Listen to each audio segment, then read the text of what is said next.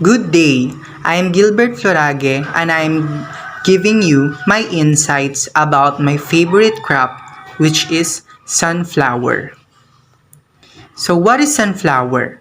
Sunflower or Helianthus annuus is an annual plant with a large daisy-like flower base. Its scientific name comes from the Greek word Helios means sun and anthos means flower. The flowers come in many colors such as yellow, red, orange, maroon, brown, but they are commonly bright yellow with brown centers that ripen into heavy heads filled with seeds. Sunflowers are heliotropic, which means that they turn their flowers to follow the movement of the sun across the east to west, and then returns at night to face the east, ready again for the morning sun.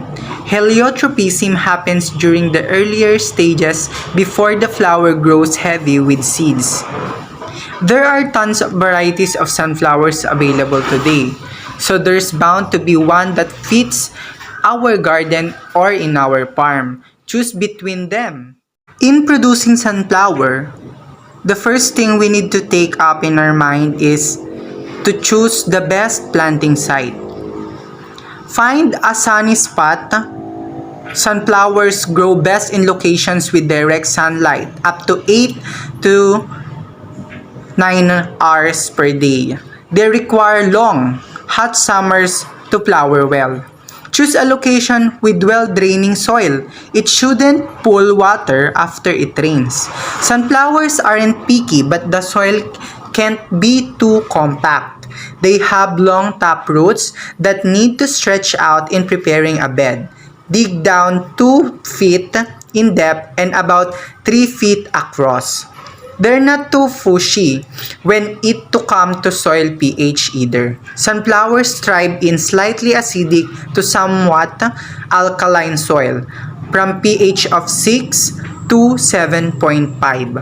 Sunflowers are heavy feeders also, so the soil needs to be nutrient-rich with organic matter or composted manure, or work in a slow-release granular fertilizer 8 inches depth into your soil. If possible, plant flowers in a spot that is sheltered from strong winds, perhaps along a fence or near a building. Larger varieties may become top-heavy and strong wind can be devastating. In planting sunflower seeds, sunflowers should be planted 1 to 1.5 inches deep and about 6 inches apart after the soil has truly warmed. If you wish, you can plant multiple seeds and thin them to the strongest contenders when the plants are 6 inches tall. Give plants plenty of room, especially for low-growing varieties that will branch out.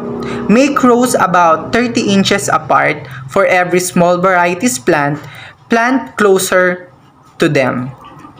A light application of fertilizer mixed in at planting time will encourage strong root growth to protect them from blowing over in the wind. In caring for sunflowers, while the plant is small, water around the root zone about 3 to 4 inches from the plant. To protect the plant, it may help to put snail or slug bait around them. Once the plant is established, water deeply through infrequently to encourage deep rooting. Unless the weather is exceptionally wet or dry, water once a week with several gallons of water. Feed plants only sparingly. Over-fertilization can cause stems to break in the fall. You can add diluted fertilizer in the water, though avoid getting the fertilizer near the plant base. It may help to build a moth in a circle around the plant about 18 inches out. Tall species of sunflower and cultivars require support. Bamboo stakes are a good choice for any plant that has a strong single stem and needs support for a short period of time. For pest and diseases occurrence, birds and other animals will show interest in the seeds. If you plan to use the seeds, deter critters with barrier devices as seed heads mature and flower drop. You can cover each one with white polyspam garden fleece or a net. If you have animals that will barely eat leaves, keep them at bay with a tall wire barrier. Curious animals may bite the heads or the leaves of young sunflowers. Sunflowers are relatively insect-free. A small gray moth sometimes always lays its eggs on the blossom. Pick the worms from the plants if there is occurrence. If there is any occurrence of downy mildew, rust and powdery mildew can also affect the plants. If fungal diseases are spotted early, spray with a general garden fungicide or an alternative, perla and chili. On harvesting of sunflower, let the flower dry on off the stem until the back of the head turns brown. The foliage turns yellow, the petals dies down, and the seeds look plump and somewhat loose. With sharp scissors or pruners, cut the head of the plant about 6 inches below the flower head. In conducting this, make sure that there is a container to catch the loose seeds.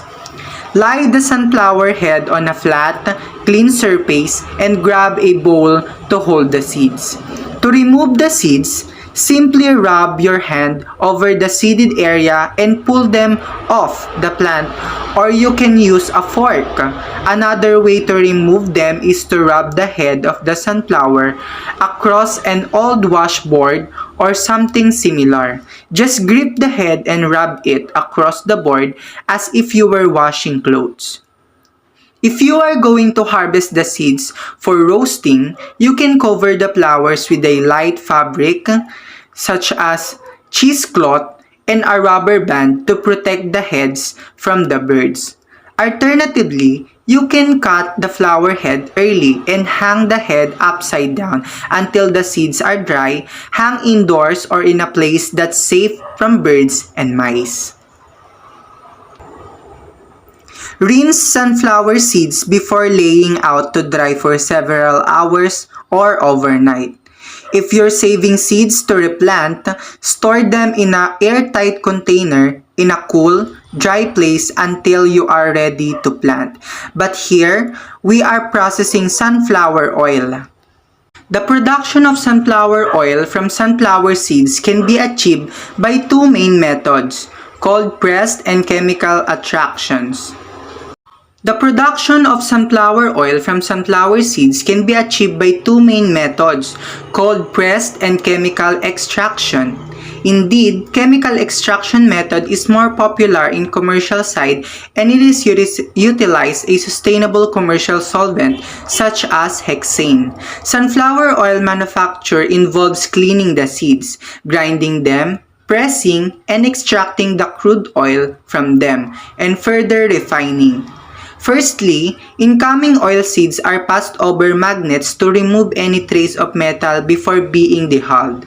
The dehulled seeds are then ground into coarse meal. The meal is then heated to facilitate the extraction of the oil. While this procedure allows more oil to be pressed out, more impurities are also released with the oil, and this must be removed before the oil can be deemed edible. Secondly, the heated meal is then fed continuously in a screw press, which increases the pressure progressively as the meal passes through a slotted barrel. Thirdly, extracting additional oil with solvents after the oil has been recovered from the screw press. The oil cake remaining in the press is processed by solvent extraction to attain the maximum yield. A volatile hydrocarbon dissolves the oil out of the oil cake, is then distilled out of the oil and passes through the matter to be collected at the bottom. Fourthly, removing solvent traces 90% of the hydrocarbon remaining in the extracted oil simply evaporates. And as it does, it is collected for reuse. That would be all. Thank you.